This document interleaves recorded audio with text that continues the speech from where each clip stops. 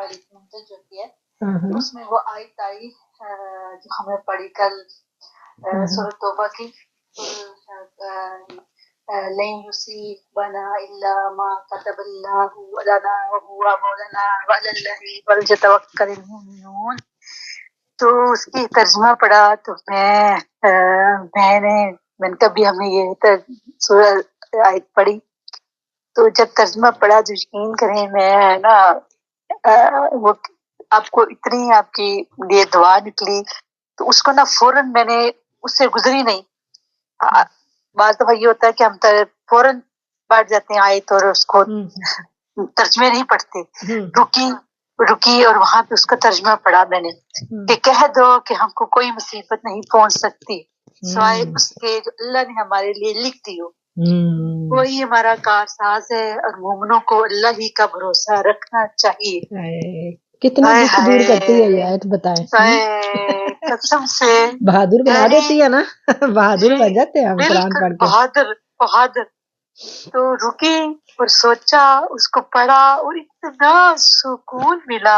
اور آپ نے جیسے سمجھایا نا یقین کرے بی بی جی اس وقت نا بالکل سمجھا کہ واقعی ایک استاد ہونا چاہیے اور ایک مٹور ہونا چاہیے جو اس بات کو سمجھا. یقین کریں آپ نے کہا کہ اس دن بھی آپ نے کوئی دعا مانگ رہا تھا تو آپ نے یہ بات کی کہ جو آپ سرکار کی پسندیدہ دعائیں ہیں ان کو بغیر ترجمے کا نہ پڑھا کریں رکا کریں اور ترجمے کے ساتھ پڑھا کریں. اور واقعی جب ترجمے کے ساتھ پڑھے نا تو وہ اندر دل تک جاتی ہے. معجزہ ہے نا یہی تو معجزہ ہے. قرآن ایک معجزہ ہے نا تو یہی معجزہ ہے. پتہ ہے اور کیا معجزہ ہے. اور پھر آگے میں نے دیکھا آگے یونس کی آیت آ گئی کہ وہی یم سسک اللہ بذر فلا کاشف لہ الا ہو وہی یورد کا بخیری فلا رد لفضلہ یصیب به من یشاء من عبادہ وہو الغفور الرحیم. سبحان اللہ. یہ قرآن ہے. یہ قرآن ہے. جب اس کی اور وہ تم سے بھلائی کرنا چاہے تو اس کے حضور کو کوئی روکنے والا نہیں. بے شک اور اپنے بندوں میں سے کس کو چاہتا ہے فائدہ پہنچاتا ہے اور وہ بخشنے والا مہربان ہے. سبحان اللہ. کوئی شک نہیں. میں نے کہا سبحان اللہ یہ کتنی خوبصورت ہوئی. میں نے کبھی اتنا غور کیا ہی نہیں تھا. میں پڑھتی تھی لیکن ترجمہ پڑھ لیتی تھی. لیکن کل یقین کرے جمعہ تھا اور جمعے کو مطلب ہم پڑھتے ہیں مخصوص پڑھتے ہیں لیکن کل جو میں نے پڑھی اور وہی باتیں آپ کی پھر آگے وہ آیت آگے سورہ ہود کی وما من دابۃ فی الارض الا علی اللہ رزقها ویعلم مستقرها ومستودعها کل فی کتاب مبین. زمین میں چلنے پھرنے والا کوئی نہیں مگر اس کا رزق اللہ کے ذمہ ہے. وہ جہاں رہتا ہے اسے بھی جانتا ہے اور جہاں سوپا جاتا ہے اسے بھی. یہ سب کچھ کتاب روشن میں ہے. بالکل. جزاک اللہ شکریہ بہت. اللہ تعالی ہم سب کو قرآن اسی طرح اپنے اندر اتارنے والا بنا دے. قرآن بہت خوبصورت چیز ہے اور رمضان المبارک شروع ہونے سے پہلے ہی آپ دیکھیں کہ شعبان کے مہینے میں اور خاص طور پر جو شعبان کا آخری عشرہ ہوتا ہے اس میں ہمیں رمضان کی خوشبو آنے لگتی ہے. رمضان کی جو تجلیات ہیں ان کا ظہور ہونے لگتا ہے اور جو مومن کا دل ہوتا ہے وہ ان تجلیات کو کیچ کرتا ہے. اور الحمدللہ اسی لیے تو قرآن اور رمضان یہ اکٹھا ساتھ ہے نا. رمضان میں ہم دورہ قرآن کرتے ہیں. اب ہم آغاز کریں گے اپنے آج کے دورہ قرآن کا اس دعا کے ساتھ کہ اے اللہ ایک مرتبہ ہمارے دلوں کو قرآن کریم کی جانب رغبت دے دینے کے بعد دوبارہ کجی اور گمراہی کی جانب مت موڑنا. ہمیں دین اسلام پر زندہ رکھنا اور ایمان کی بہترین حالت میں واپس بلانا. اے اللہ ہمارے سینوں کو وہ وسعت دے دینا کہ قرآن یہ جذب ہو جائے ان سینوں کے اندر. ہماری اکھیوں کو وہ شوق دے دینا کہ قرآن جب ہم پڑھیں تو ہماری اکھیاں بھی اس نور کو پہچان کر بہنے لگیں۔ آمین ثم آمین۔ آج ہماری کلاس کا فارمیٹ تھوڑا سا ہم نے بدلی کیا ہے، جیسا کہ پچھلے جمعۃ المبارک میں بھی ہم نے پہلے خلاصہ بیان کیا تھا اور اس کے بعد پھر ہم نے تلاوت کا اور ترجمے کا اہتمام کیا تھا۔ آج بھی جمعہ ہے اور ہم اسی فارمیٹ کو فالو کریں گے۔ آج ہم شروع کریں گے اپنا پارہ نمبر 12 اور پارہ نمبر 12 کی جو اہم آیات ہیں یہاں میں کوشش کروں گی کہ ان کو مختصراً بیان کر سکوں۔ اعوذ باللہ السمیع العلیم من الشیطان الرجیم من ہمزہ ونفخہ ونفسہ۔ بسم اللہ الرحمن الرحیم۔ رب اشرح لی صدری ویسر لی امری واحلل عقدۃ من لسانی یفقہوا قولی ربی زدنی علما ربی زدنی علما ربی زدنی علما آمین ثم آمین۔ الصلاۃ والسلام علیک یا سیدی یا سیدی یا سیدی یا رسول اللہ۔ الصلاۃ والسلام علیک یا حبیب اللہ۔ الصلاۃ والسلام علیک یا صاحب التاج والمعراج۔ الصلاۃ والسلام علیک یا رؤوف الرحیم۔ الصلاۃ والسلام علیک یا شفیع المذنبین۔ میرے آقا، میرے پیارے آقا علیہ الصلوۃ والسلام، ہم آپ پر درود و سلام بھیجتے ہیں اس جمعۃ المبارک کو اور آپ سے التجا بھی کرتے ہیں کہ آپ ہمارے لیے بخشش اور مغفرت کی دعا فرما دیجئے۔ آمین ثم آمین۔ سب سے پہلے ہم شروع کریں گے آیت نمبر 6 سے۔ سورت ہے سورہ ہود اور آیت نمبر 6 ہے جی اس سورت کی پہلی آیت۔ جیسا کہ ابھی ہماری بہن نے اس آیت کو تلاوت کیا اور اس آیت میں اللہ کریم اعلان فرما رہے ہیں کہ اس سرزمین پر کوئی بھی جاندار ایسا نہیں ہے کہ جس کا رزق اللہ کے ذمہ نہ ہو، اور اللہ ہی اس کے رزق کو جانتا ہے اور اللہ اس کے ٹھہرنے کی جگہ کو بھی جانتا ہے، وَمُسْتَوْدَعَهَا، اور اس کے امانت رکھے جانے کی جگہ کو بھی۔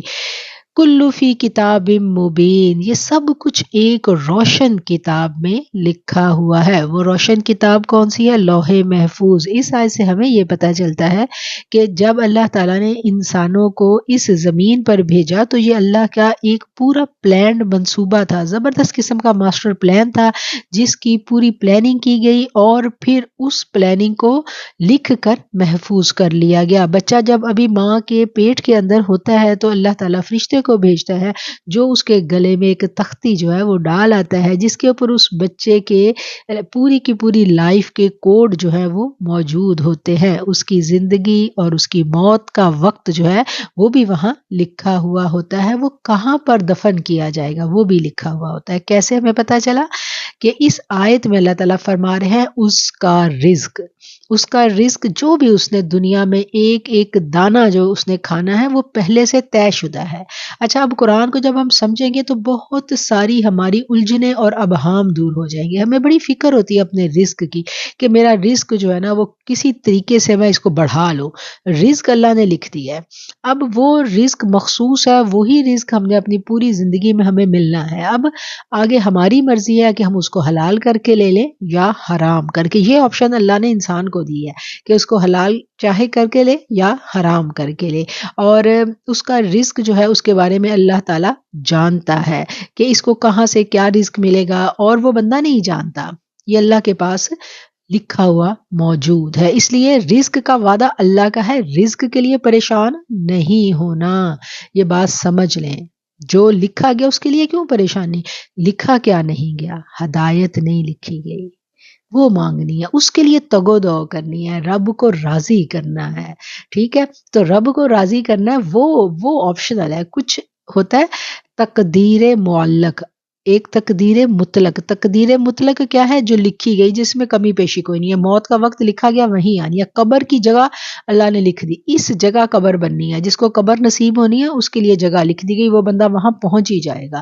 ٹھیک ہے، وہ بھی پتہ ہے اللہ کو کہ اللہ نے اس بندے کو کہاں پر دوبارہ لے کے جانا ہے، اور اس کے ٹھہرنے کی جگہ یعنی زندگی میں وہ کہاں کہاں قیام کرے گا، یہ اللہ کے پاس لکھا ہوا ہے. یہ سب اللہ کے ماسٹر پلان کا حصہ ہے. ان باتوں میں فکر کی ضرورت نہیں ہے. جن باتوں میں فکر کی ضرورت ہے وہ قرآن ہمیں ساتھ کے ساتھ بتا رہا ہے. اس لیے یہ باتیں جو ہے نا جب ہمیں سمجھ میں آ جاتی ہیں تو کافی ساری ہماری جو الجھنیں ہیں نا وہ دور ہو جاتی ہیں. آگے جی آیت نمبر 10 سے پہلے ہم دیکھیں گے آیت نمبر 7 کو. 7 نمبر آیت میں اللہ تعالیٰ فرماتے ہیں کہ میں نے جو انسان کو پیدا کیا اور اس کو آزمایا، لیبلوکم، تاکہ تمہیں آزمائے. کیوں آزمائے؟ ایکم احسن عملا، کہ تم میں سے احسن عمل کون کرتا ہے. ہماری زندگی میں جو مصیبتیں، آزمائشیں اور مشکل وقت آتے ہیں ان کے آنے کا کیا مقصد ہے؟ جی ہمارا چاہتا ہے دنیا جنت بن جائے اور کوئی مشکل نہ آئے. یہ مشکلات کیوں آتی ہیں؟ اللہ پرکھتا ہے کون میرا ہے، کون مجھ پہ بھروسہ کرتا ہے، کون مشکل میں گڑ گڑا کے میرے قریب آنے کی کوشش کرتا ہے اور استغفار کرتا ہے اور اپنی اصلاح کرتا ہے. یہ ساری باتیں ہم پڑھتے جا رہے ہیں. اللہ کہتا ہے توبہ کرو، اپنی اصلاح کرو، مغفرت مانگو، گڑ گڑاؤ. تو یہ سب کام انسان کب کرتا ہے؟ جب مصیبت آتی ہے. اور اس میں سے کچھ لوگ ایسے بھی ہوتے ہیں کہ جب مصیبت آتی ہے تو کیا کہتے ہیں؟ اللہ اکبر، وہ کہتے ہیں انہو لیئوس کفور، تو وہ بڑا مایوس اور ناشکرا بن جاتا ہے. پچھلی ساری نعمتوں کو بھول کے ناشکری شروع اور اللہ کی رحمت سے مایوس ہو جاتا ہے. مایوس کبھی نہیں ہونا، مومن کبھی مایوس نہیں ہوتا. دعا میں بڑی قوت ہے اور دعا تقدیر کو بھی بدل دیتی ہے. اللہ تعالیٰ سے امید رکھنی ہے. ہر بڑی سے بڑی مصیبت میں ہم نے بھروسہ اللہ پر کرنا ہے، کیونکہ میرا رب محبت کرتا ہے ان سے جو اللہ پر بھروسہ کرتے ہیں. مایوس نہیں ہونا. بظاہر حالات جتنے مرضی مشکل آ جائیں، سم ٹائم ایسے ہوتا ہے کہ آگے کوئی رستہ کھل ہی نہیں رہا ہوتا، کوئی رستہ نہیں کھل رہا ہوتا. ہم میں سے سب لوگ کبھی نہ کبھی صورتحال سے گزرتے ہیں کہ کبھی سامنے کوئی رستہ نہیں ہے اور اس وقت آپ کا امتحان چل رہا ہوتا ہے.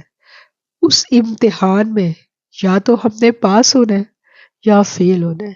بس یہ بات سمجھ میں آ جائے تو پھر انسان مایوس نہیں ہوتا. آگے ہے جی آیت نمبر 10 نمبر آیت میں اللہ تعالیٰ فرما رہے ہیں اگر ہم چکھاتے انہیں کوئی نعمت یا کوئی تکلیف پہنچتی ان کو، اس کے بعد مَسَّتْهُ لَيَقُولَنَّ ذَهَبَ السَّيِّئَاتُ عَنِّي، تو وہ کہہ اٹھتا ہے کہ دور ہو گئی میری سب تکلیفیں مجھ سے. یعنی انسان مصیبت میں ہے، اس نے گریہ زاری کی، دعائیں مانگی، اپنی اصلاح کی، توبہ کی، اب کیا مصیبت دور ہو گئی. ایسے یہ دیکھیں یہ آیتیں اتنی خوبصورت ہیں کہ ہم سب اس صورتحال سے کبھی نہ کبھی گزرے ہوتے ہیں کہ ہم مصیبت میں تھے، بڑے تکلیف میں تھے، اللہ کو پکارا کرتے تھے، بڑی دعائیں کرتے تھے، بڑے وظیفے ہم نے کر لیے، بڑے بابوں سے دعائیں بھی کروا لی، اور پھر ایک دن آیا ہماری مصیبت جو ہے نا وہ دور کر دی گئی.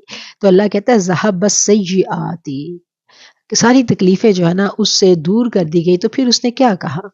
پھر شکر گزاری نہیں. اب مزے کی لائف آ گئی نا، مصیبتیں دور ہو گئی، اب انسان کیا کرتا ہے؟ اب انسان شیخی مارتا ہے. انہو لفرح فخور، بے شک وہ بڑا شیخی خورا اور اترانے والا ہے. یہ ہے جی 10 نمبر آیت. سورت ہے سورہ ہود، اور یہ وہ آیت ہے جو ابھی میں نے فلائر کے لیے بھی دی ہے اور ہماری زاد راہ کی ٹوکری میں رکھنے والی آیت ہے. یہ ہماری نفسیات ہے. الا یعلم من خلق، وہی نہ جانے گا جس نے پیدا کیا. جس رب نے ہمیں پیدا کیا وہ ہماری نفسیات بہت اچھی طرح سے جانتا ہے. ہم میں سے کوئی یہ نہیں کہہ سکتا کہ میں تو شیخی نہیں کرتی ہوں. یہ ہو جاتا ہے ہم سے، اور پھر جب ہم قرآن پڑھتے ہیں تو فوراً ہم نادم ہو جاتے ہیں، فوراً تائب ہو جاتے ہیں، لوٹ جاتے ہیں اپنے رب کی طرف، اور جو کوئی نادانستگی میں ہم سے کوتاہی ہوئی ہوتی ہے ہم اس پر اللہ سے رجوع کرتے ہیں۔ پھر آگے اللہ کہتا ہے مگر وہ لوگ جو صبر کرتے ہیں، نیک کام کرتے ہیں، اولئک لہم مغفرۃ و اجر کبیر، تو ان کے لیے بخشش بھی ہے اور بہت بڑا اجر بھی ہے۔ آگے آ جاتی ہے جی آیت نمبر 15 اور 16۔ یہ آیت بھی بہت امپورٹنٹ آیت ہے، یہ آیت بھی زاد راہ کی ٹوکری میں رکھنے والی آیت ہے۔ یہ بھی ایک سبق ہے جو ہمیں بہت پکا یاد کرنا ہے۔ اس میں اللہ تعالیٰ کیا فرماتے ہیں کہ جو کوئی دنیاوی زندگی کے طلبگار ہیں اور اس کی زینت کے طلبگار ہیں تو ہم ان کو پورا پورا بدلہ دیں گے ان اعمال کا جو انہوں نے کیا تھا، اور انہیں اس میں نقصان نہیں اٹھانا پڑے گا، مگر یہ وہ لوگ ہیں نہیں ہے جن کے لیے آخرت میں کوئی حصہ، الا النار، سوائے آگ کے، وحبط ما صنعوا، اور غارت ہو گیا جو کچھ انہوں نے کیا تھا، اور وہ مٹ جانے والا تھا جو وہ کیا کرتے تھے۔ اس آیت کی تفسیر میں جو مفسرین ہیں وہ لکھتے ہیں کہ جو لوگ نیکی کے کام کرتے ہیں، کار خیر کرتے ہیں، بھلائی کے، عوام کی بھلائی کے کام کرتے ہیں، اور پھر وہ یہ چاہتے ہیں کہ انہیں دنیا میں بدلہ ملے، تو اللہ کہتا ہے کہ ٹھیک ہے دنیا میں ان کو میں بدلہ دے دوں گا، لیکن پھر آخرت میں کچھ نہیں ملے گا، خلاص۔ آپ دیکھیں جتنے نان مسلمز ہیں نا، اللہ تعالیٰ کسی نان مسلم کا بھی احسان نہیں رکھتا۔ جتنے نان مسلم ہیں جب وہ چیریٹی کا کام کرتے ہیں تو اللہ ان کا نام رکھتا ہے دنیا میں۔ آج تک دیکھ لیں گلاب دیوی ہاسپٹل لاہور میں ہے نا، گنگا رام ہاسپٹل لاہور میں ہے نا، تو پاکستان میں ہندوؤں کے ناموں کے ہاسپٹل کیوں ہیں؟ یہ تو فوراً نام بدل دینے چاہیے تھے۔ کتنے نام بدلے ہیں نا، پاکستان نے مونٹگومری بدل دیا اور انگریزوں کے اوپر شہروں کے نام بدل دیے، لیکن یہ جو کار خیر کے لیے ان نان مسلمز نے کام کیا تھا نا، اللہ نے یہ نہیں بدلنے دیا، اللہ نے ان کا نام زندہ رکھا، دنیا میں ہی ان کو بدلہ مل گیا۔ کتنے کام ہے جو نان مسلمز نے بھلائی کے لیے ان کے نام کے ساتھ منسوب ہے اور دنیا جانتی ہے ان لوگوں کو، لیکن آخرت میں کوئی حصہ نہیں ہے۔ اسی طرح جب ہم دنیا میں کام کرتے ہیں، سپوز ہم لوگ بھلائی کا کام کرتے ہیں، جیسے ہم اپنا بہت چھوٹے سے پیمانے پر یہ گوشہ نور کا کام کریں، ہم کس لیے کر رہے ہیں؟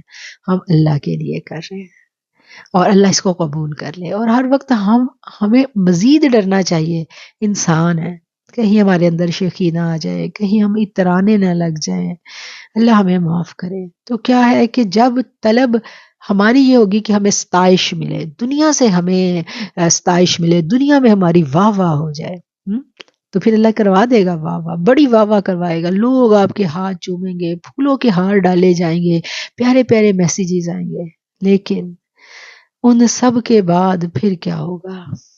نفس اتنا پھولے گا کہ اللہ نہ کرے کہ ہم اپنا رستہ ہی گم کر بیٹھیں اور پھر آخرت میں ہمارے لیے کوئی حصہ ہی نہ ہو۔ وہ بزرگ کہتے ہیں نا کہ نیکی کا کام کرنا یا نیکی کرنا ایسا ہے کہ یہ ایک خوفناک بلا ہے، خوفناک بلا۔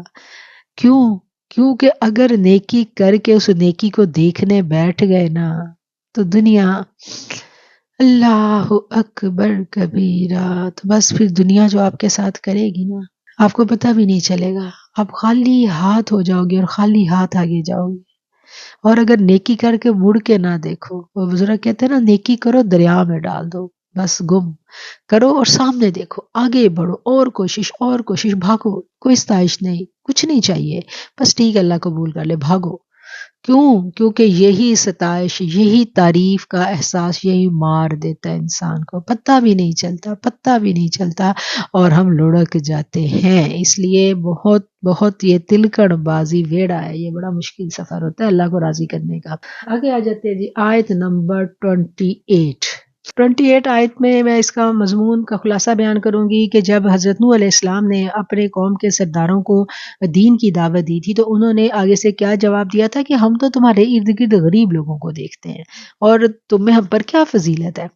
تو اس واقعے سے، اس قصے سے جو ہمیں سبق ملتا ہے وہ کیا ہے کہ نیکی کی دعوت کو سب سے پہلے غریب لوگ ہی قبول کرتے ہیں۔ اور جب ہم اسلام کو پڑھتے ہیں تو ہمیں اس طرح کے اشارے ملتے ہیں، احادیث میں اس طرح کے بیانات ملتے ہیں کہ جب اللہ تعالیٰ کسی قوم کو برباد کرنا چاہتا ہے، کسی قوم پر عذاب بھیجنا چاہتا ہے تو کیا کرتا ہے کہ اس قوم کے امراء کو برائی کے کاموں میں ملوث کر دیتا ہے۔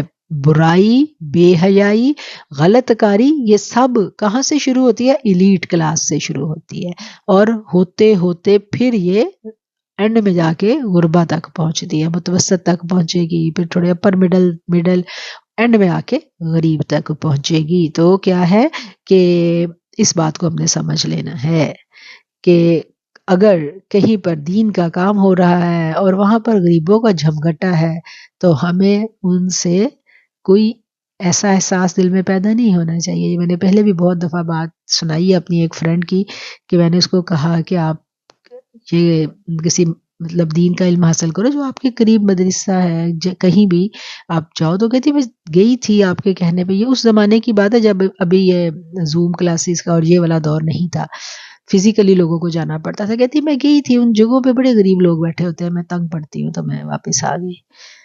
تو بس یہ آج کی بات نہیں ہے، یہ آج کے عمرہ کا قول نہیں ہے، یہ حضرت نوح کے زمانے سے چلا آ رہا ہے۔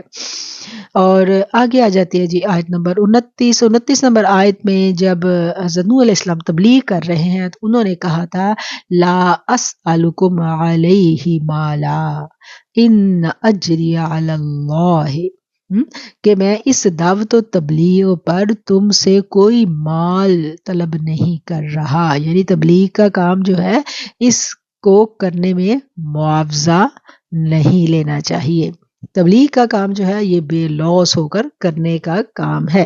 اور ان اجری علی اللہ، بے شک میرا اجر جو ہے اللہ کے پاس ہے، کیونکہ تبلیغ کے کام کا اجر بہت بڑا ہے، بہت بڑا اجر ہے، بہت بڑا اجر ہے، اور اس کا کوئی معاوضہ نہیں ہو سکتا، کوئی بندہ اس کا معاوضہ دے ہی نہیں سکتا۔ اور جو آپ کو پیسے دے کے تبلیغ کا کام کروائے گا، پھر وہ کیا کہے گا آپ سے؟ پھر وہ کہے گا میری مرضی سے چلو، پھر وہی بنی اسرائیل والا قصہ بن جائے گا کہ جو وہ کہتے تھے، علماء کو پیسے دیتے تھے اور کہتے تھے اپنی پسند کے فتوے، دین کو بیچنا، پھر دین بکے گا۔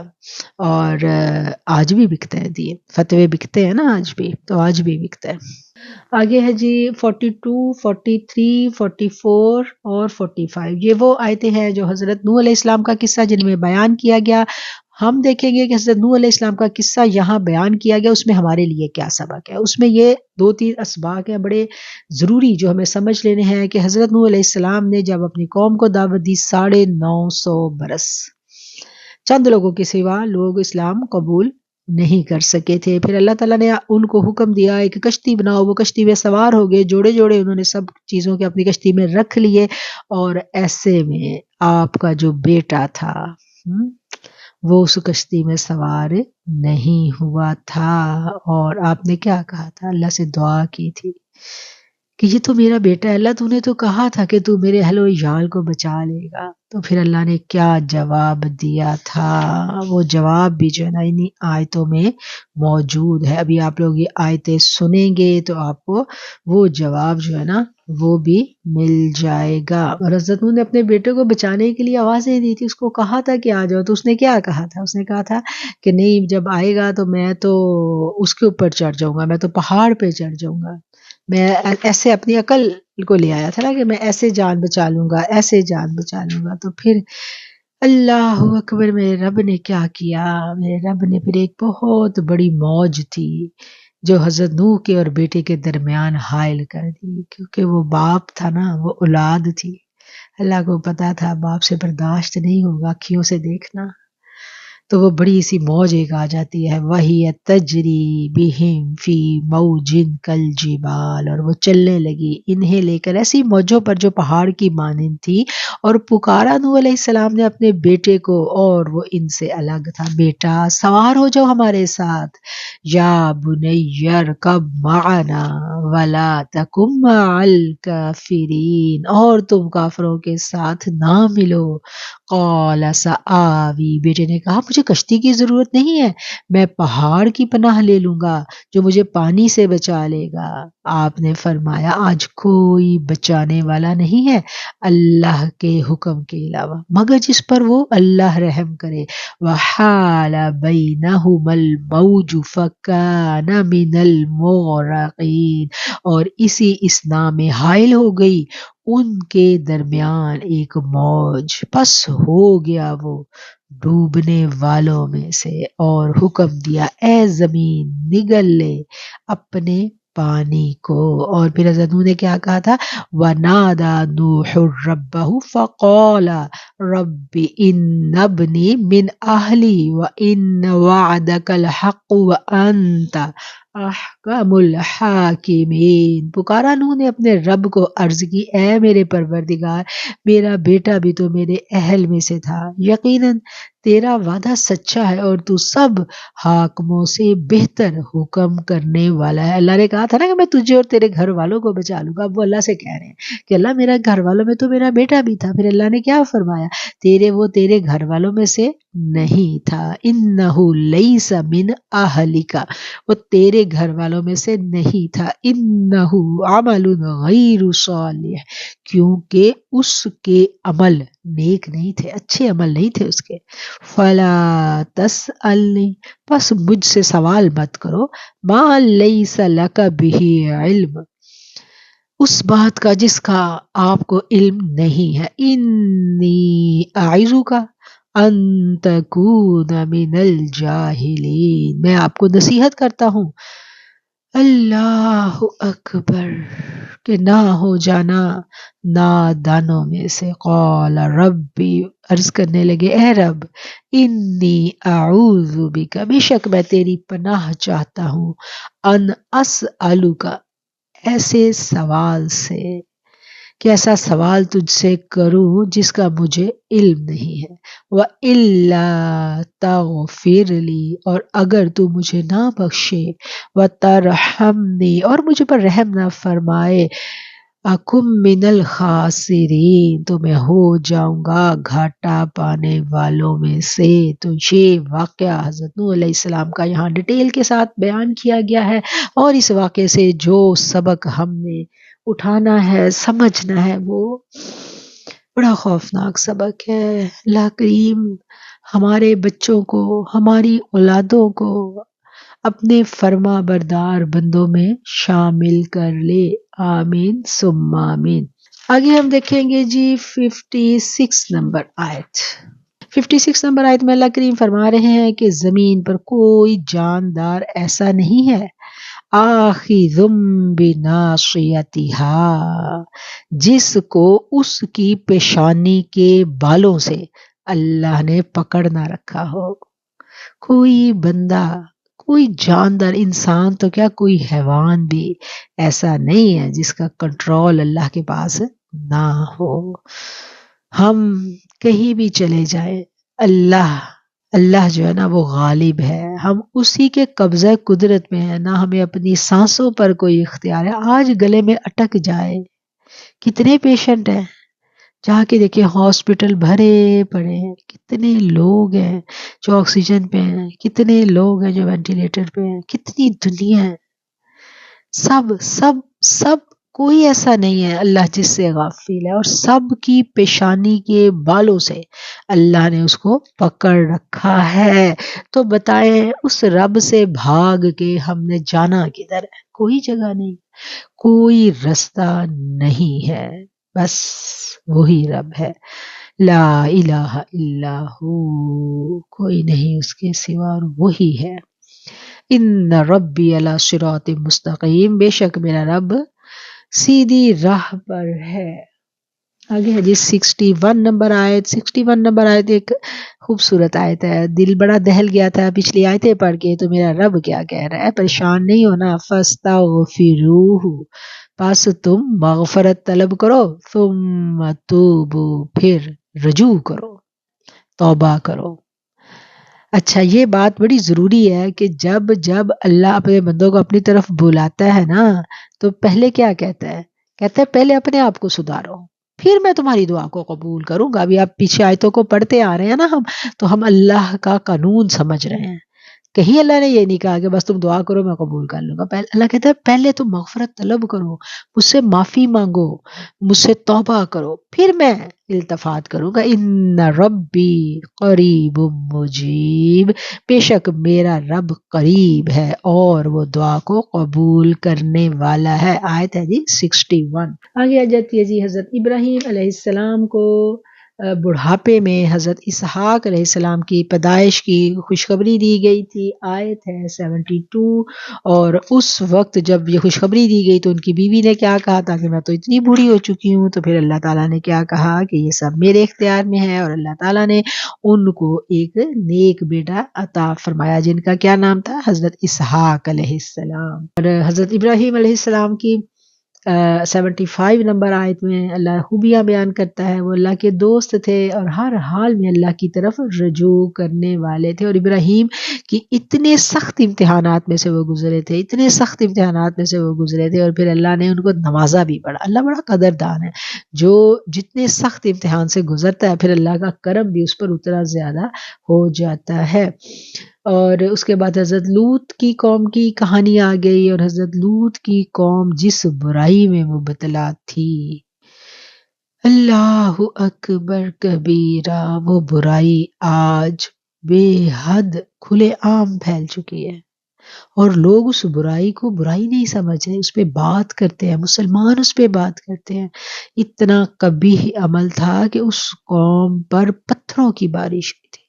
بڑا غضب آیا تھا ان پہ، بڑا غضب آیا تھا. یہ تو ہمارے اوپر کرم ہے، ہمارے رسول اللہ صلی اللہ علیہ وآلہ وسلم کا اتنا کرم ہے، اتنا کرم ہے کہ ہم بچے میں ہیں. آقا نے دعا کی تھی کہ اللہ میری قوم پہ کبھی ایسا پتھروں کا عذاب نہ آئے، کبھی ایسا عذاب نہ آئے کہ ساری قوم ہی مٹ جائے. انڈیویجولی تو بستیاں مٹائی ہیں اللہ نے، لیکن مجموعی طور پر اللہ نے کبھی بھی الحمدللہ مسلمانوں پر ایسا عذاب نہیں بھیجا. اور پتھروں کا عذاب تو میرے آقا کی دعا سے اللہ نے ہمیشہ کے لیے ہی ٹال دیا تھا. آگے ہے جی 84 نمبر آیت. حضرت شعیب علیہ السلام کی قوم کا قصہ ہے. اس قوم نے کیا کیا تھا؟ اس قوم میں بھی وہی برائی تھی جو آج ہم میں عام ہے، کوئی اس کو برا سمجھا ہی نہیں جاتا. کیا برائی تھی؟ ناپ تول میں کمی کرتے تھے، اور پھر اس برائی کے اوپر ان کو بھی اللہ تعالیٰ نے مٹا دیا تھا، ان پہ بھی عذاب آ گیا تھا. پھر ہے جی آگے آیت نمبر 90 نمبر آیت جو ہے بڑی پیاری آیت ہے، اور یہ اس آیت کو لوگ ایز اے وظیفہ بھی کرتے ہیں. اس آیت کی تسبیح کرنے کی بڑی زبردست تاثیر ہے. اچھا، وظیفے ہم بہت کرتے ہیں، بڑے شوق سے ہم وظیفے کرتے ہیں، اور پھر ہم کہتے ہیں کہ میں نے جس مقصد کے لیے وظیفہ کیا تھا وہ مقصد نہیں حل ہوا. پھر کیا ہوتا ہے؟ پھر ہمارا قرآن سے بھروسہ اٹھ جاتا ہے. قرآن کے وظیفے کرنے چاہیے، یہ کوئی بری چیز نہیں ہے. جیسے قرآن کے ایک ایک لفظ کے اندر تاثیر ہے، جیسے اسماء الہی میں تاثیر ہے نا، اللہ کا جو بھی نام ہم لیتے ہیں اس کی تاثیر ہے اور اس کی برکات ہمیں ملتی ہے. ہم بیمار ہوتے ہیں تو اللہ سے سلامتی کے لیے یا سلاموں کا ورد کرتے ہیں، ہر نام کی تاثیر ہے. اسی طرح اس آیت میں 2 صفاتی نام ہیں، ایک رحیم اور ودود. ودود ہوتا ہے محبت کرنے والا. اب یہ اکثر عورتیں جو ہیں بے شوہر کی محبت کے لیے یہ وظیفہ کرتی ہیں، اور پھر بعد میں کہتی ہیں کوئی فائدہ ہی نہیں ہوا، کوئی فائدہ نہیں، وہ بڑا پیڑا ہوتا، کوئی اثر ہی کوئی اثر نہیں. بھئی اس کو وظیفہ کرنا ہے تو آیت تو پوری پڑھ لو. آیت میں لکھا اللہ نے کیا ہے؟ وَاسْتَغْفِرُوا رَبَّكُمْ. پہلے کرنے کا کام کیا ہے کہ اللہ سے مغفرت طلب کرنی ہے. مغفرت طلب کرو اپنے رب سے. ثُمَّ تُوبُوا، پھر رجوع کرو اس کی طرف. اب کیا ہے کہ ہمیں محبت نہیں مل رہی، ہم پریشان ہیں، بچے آپس میں لڑتے ہیں، بچوں میں باہمی محبت نہیں ہے، شوہر بیوی میں محبت نہیں ہے، تو یہ سب تو نیچرل ہے نا، ہونا چاہیے. اگر نہیں ہو رہا تو ہم پریشان ہوتے ہیں، ہم کسی اللہ والے کے پاس جاتے ہیں. آج کل تو وہ بھی ضرورت نہیں ہے، نیٹ سے ہی ہمیں پتہ چل جاتا ہے کہ یہ پڑھیں گے تو اس لفظ کی بڑی تاثیر ہے، تمہارا کام ہو جائے گا. اور تاثیر ہوتی بھی ہے، کام ہو بھی جاتا ہے، بالکل قرآن کی تاثیر ہے. کام کب نہیں ہوتا؟ جب ہم اپنی اصلاح نہیں کرتے، کہیں نہ کہیں غلطی کوتاہی ہم نے بھی کی ہوتی ہے. ایسے ہی قدرت کا قانون نہیں ٹوٹتا، محبتیں ایسے ہی نہیں بدگمانیوں میں بدلتی، کہیں نہ کہیں خطائیں ہم سے بھی سرزد ہوئی ہوتی ہیں. تو سب سے پہلے کیا کرنے کا اللہ نے کہا ہے کہ اللہ سے بخشش مانگو، پھر اللہ سے توبہ کرو، یہ 2 کام کر کے پھر ورد کرو۔ ان ربی رحیم ودود، ان ربی رحیم ودود، اس کو 100 دفعہ بھی آپ پڑھ سکتے ہیں، اور اچھی بات یہ ہے کہ 300 دفعہ اس کو پڑھا جائے۔ پڑھ کے آپ لوگ دم کر کے پانی پلا سکتے ہیں، اور کسی بھی کھانے کی چیز پہ دم کریں گے، اس کی تاثیر ہے، خود پڑھیں گے اس کی تاثیر ہے بہت زبردست۔ یہ 2 اسما ہیں، اور یہ قرآن کی سورہ ہود کی آیت نمبر 90 ہے، اور اس کو یاد رکھنے والا وظیفہ ہے ان ربی رحیم ودود۔ اور یہ اتنا خوبصورت وظیفہ ہے، یہ آپ کی جو بے چینی اور بے قراری والی کیفیت آتی ہے اس وقت یہاں پہ کبھی کبھی انگزائٹی میں انسان چلا جاتا ہے بغیر وجہ کے، ایک عجیب ساری دنیا سے انسان کو بیزاری محسوس ہوتی ہے، تو تب بھی آپ اس آیت کا ورد شروع کر دیں، آپ دیکھیں گے ایک دم کیفیت ہی بدل جائے گی، اللہ کی محبت کی بوندیں ایسی برسیں گی کہ آپ بالکل آپ شانت ہو جاؤ گے۔ تو یہ اسما جو ہے نہ صرف دنیاوی محبتوں کے لیے بلکہ حقیقی محبت کے لیے بھی بہت زبردست تاثیر رکھتے ہیں، تو گویا یہ ہم سب کے لیے اٹھانے والی چیز ہے۔ خوبصورت آیت ہے، آیت نمبر 90، سورت ہے سورہ ہود۔ آگے جی آیت نمبر 114، 114 نمبر آیت ہے، اور اس آیت کو میرا خیال ہے کہ میں نے فلائر کے لیے بھی بھیجا ہے، آپ کو نظر آ جائے گا، یہ بھی آیت یاد رکھنے کی آیت ہے۔ اور اس آیت میں میرا رب کیا کہتا ہے، ان الحسنات یذہبن السیئات، بے شک نیکیاں برائیوں کو مٹا دیتی ہیں، برائیوں کو نیک اعمال سے دفع کرو۔ ہم کہتے ہیں کہ فلاں بندہ میرے ساتھ بہت برا ہے، وہ نہیں سدھر رہا، تو میں اب اس کو سیدھا کروں، وہ اس نے ایسے کیا تو میں بھی ایسے کروں۔ ہاں، تو یہاں پر یہ جو گر ہے نا، اللہ تعالیٰ نے سکھلا دیا، آپ کے ساتھ کوئی اچھا نہیں بھی کر رہا، اب رشتہ ہے، تعلق ہے، آپ تعلق تو توڑ نہیں سکتے، اب اللہ نے وہ رشتہ اللہ کے نام پر ہم نے قائم کیا ہوا ہے، یا بلڈ ریلیشن ہے، اس کو بھی ہم نہیں توڑ سکتے۔ دوستی ہوگی تو چلو چھوڑ دیں گے، لیکن یہ جو رشتے ٹوٹنے والے نہیں ہیں تو ان کے لیے کیا ہے، وہ ہمارے ساتھ برا کر بھی رہے ہیں، تو ہم نے اس آیت کو یاد کر کے، اس آیت کو پڑھ کے کم از کم 7 دفعہ پڑھ کے ان کے ساتھ بھلائی کرنی ہے۔ جیسے کوئی گفٹ بھی دینا ہے تو اس آیت کو 7 دفعہ پڑھ کے پھر آپ اس کو دیں۔ اب اس نے تو آپ کو کبھی عید پہ عیدی نہیں دی، آپ کے بچوں کے ہاتھ پہ کبھی کچھ نہیں رکھا عید پہ، ایسے رشتہ دار ہوتے ہیں نا، اور وہ آپ سے امید رکھ رہے ہوتے ہیں کہ آپ ان کے بچوں کو عیدی دیں۔ تو ایسے میں کیا ہے کہ اس آیت کو پڑھیں اور پھر آپ عیدی کے اوپر دم کریں اور دیں، اور پھر دیکھیں بڑی زبردست تاثیر ہے، دلوں کو جوڑنے والی یہ آیت ہے، اور دوسروں کی اصلاح کرنے کے لیے یہ خوبصورت آیت ہے۔ آپ کی ایک دعا ہے ان کے لیے، اللہ تعالیٰ اس کو ضرور قبول کرتے ہیں، اور یہ اللہ کی نصیحت ہے، ذالک ذکریٰ للذاکرین، یہ نصیحت ہے قبول کرنے والوں کے لیے۔ اور یہاں پر جی ہماری سورت ختم ہو جاتی ہے، اب میں 2-4 منٹ لوں گی سورہ یوسف کے لیے۔ سورہ یوسف جو ہے یہ ایک کہانی ہے، کب نازل ہوئی تھی؟ مکہ مکرمہ میں، جب نبی کریم صلی اللہ علیہ وآلہ وسلم پر بڑا مشکل دور گزر رہا تھا، اور یہ وہ وقت تھا جب میرے آقا ہر طرف سے ستائے جا رہے تھے، غم زدہ تھے۔ تو ایسے میں میرا رب کہتا ہے کہ آئیے آج ہم آپ کو ایک دلچسپ قصہ سناتے ہیں، احسن القصص کہا گیا، ایک اچھی سی کہانی ہم آپ کو سناتے ہیں، اور وہ جو کہانی تھی وہ تھی جی پیغمبر یوسف کی کہانی ہے، خوبصورت لو سٹوری بھی تھی، اور بھائیوں کی اس میں وہ بھی تھی، ستیلے بھائیوں کی دشمنی بھی ہمیں اس صورت میں نظر آتی ہے۔ اور یہ صورت کے جو کچھ اہم پوائنٹس ہیں وہ آپ انشاءاللہ، اس کا پورا ترجمہ تو ابھی ہم سن لیں گے، لیکن اس کے قصے سے جو سیکھنے والی باتیں ہیں وہ یہ ہیں کہ سب سے پہلے کیا ہوتا ہے کہ حضرت یوسف علیہ السلام جو ہے نا وہ خواب دیکھتے ہیں، جب وہ خواب دیکھتے ہیں اپنے باپ کو اپنا خواب سناتے ہیں، تو ان کے باپ نے کیا کہا تھا کہ اس کا ذکر اپنے بھائیوں کے سامنے مت کرنا۔ کیونکہ ان کو پتا تھا کہ وہ ستیلے بھائی ہیں، وہ ان سے حسد کریں گے، اور حسد میں اس حد تک چلے جائیں گے کہ اس کو نقصان پہنچانے سے بھی گریز نہیں کریں گے۔ تو اس سے ہمارے لیے کیا سبق ہے کہ اللہ کی جو نعمتیں ہیں ان کو ہم چھپا کے رکھیں۔ اگر اللہ نے ہمیں ایک نعمت دی ہے اور ہمارے جو جس کو ہم شریکے کے رشتہ دار کہتے ہیں، ہم دیکھتے ہیں کہ ان کے پاس اس نعمت کی کمی ہے، تو بجائے اس کے کہ ہم شیخی کریں، ان کے آگے جا کے شیخیاں مارے، سٹیٹس لگائیں، ہم اس کو چھپائیں تاکہ شیطان کو اندر گھس کے رشتوں کو مزید برباد کرنے کا موقع نہ مل سکے۔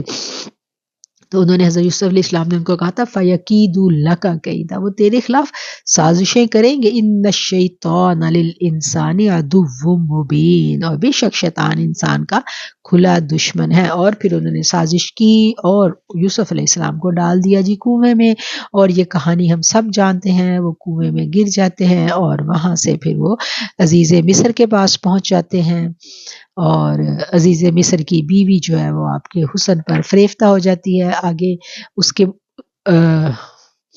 آپ کے اوپر الزام لگا دیتی ہے، اور جب وہ آپ کی پاک دامنی پر الزام لگاتی ہے اور اوپر سے آپ کا شوہر آ جاتا ہے، اور شوہر جو ہے وہ اپنی بیوی کی اس حرکت کو بھانپ لیتا ہے، اس کو پتہ چل جاتا ہے کہ یہ قصوروار جو ہے میری اپنی بیوی ہے، اس میں ان کا کوئی قصور نہیں ہے۔ کیسے پتہ چلتا ہے؟ وہ بھی ایک دلچسپ بات ہے کہ وہ جب بھاگتی ہے تو حضرت یوسف علیہ السلام آگے بھاگتے ہیں، وہ پیچھے بھاگتی ہے، پیچھے سے وہ کرتا کھینچتی ہے، کرتا پیچھے سے پھٹتا ہے، اور وہاں سے پتہ چل جاتا ہے کہ اگر قصوروار عورت ہے تو پھر کرتا پیچھے سے پھٹے گا، اور اگر قصوروار مرد ہے تو عورت آگے سے اس کا کرتا کھینچے گی۔ تو یہ اصول بھی پتہ چل گیا۔ اور پھر اللہ اکبر، ہم عورتوں کے بارے میں بڑے سخت الفاظ آئے ہیں یہاں قرآن کے۔ قرآن کیا کہہ رہا ہے؟ جب عزیز نے دیکھا کہ یوسف کا کرتا پیچھے سے پھٹا ہوا ہے تو بول اٹھے، یہ سب تم عورتوں کا مکر ہے، بے شک تم عورتوں کا مکر و فریب بڑا خطرناک ہوتا ہے۔ اللہ اکبر۔ اور پھر آپ نے کیا کہا؟ وَاسْتَغْفِرِي لِذَنبِكِ، اے عورت اپنے گناہ کی معافی مانگ لے، بے شک تو ہی قصورواروں میں سے ہے۔ اور حضرت یوسف جو ہیں پھر اللہ سے دعا کرتے ہیں کہ اللہ مجھے ان عورتوں کے مکر و فریب سے نجات دے۔ فَاسْتَجَابَ لَهُ رَبُّهُ فَصَرَفَ عَنْهُ كَيْدَهُنَّ، بس قبول فرما لی ان کی دعا رب نے، اور دور کر دیا ان سے عورتوں کے مکر و فریب کو۔ تو یہاں کیا پتہ چلا کہ مرد کے پاس چونکہ قوت ہوتی ہے، اس نے جو بھی کرنا ہے وہ سامنے سے کرتا ہے، عورت کے پاس اتنی قوت نہیں ہے تو اس کا دماغ بڑا چلتا ہے، تو وہ کیا کرتی ہے؟ وہ پلاننگز کرتی ہے، فتنے ڈالتی ہے اور مکر و فریب کرتی ہے، بڑی کیا کہنا چاہیے۔ اور اس کے اسی مکر و فریب کو یہاں پر قرآن نے بیان کر دیا ہے۔ اور یہ تھا جی ایک مختصر سا جائزہ سورہ یوسف کا۔ اللہ تعالیٰ جو بھی ہم نے اس پارے میں پڑھنے جا رہے ہیں اس کو ہمارے فہم میں اتارے، اور جتنی آیتوں کو ہم نے سمجھنے کی کوشش کی ان کا فیضان ہمیں نصیب کرے۔ وآخر الدعوانا ان الحمد للہ رب العالمین۔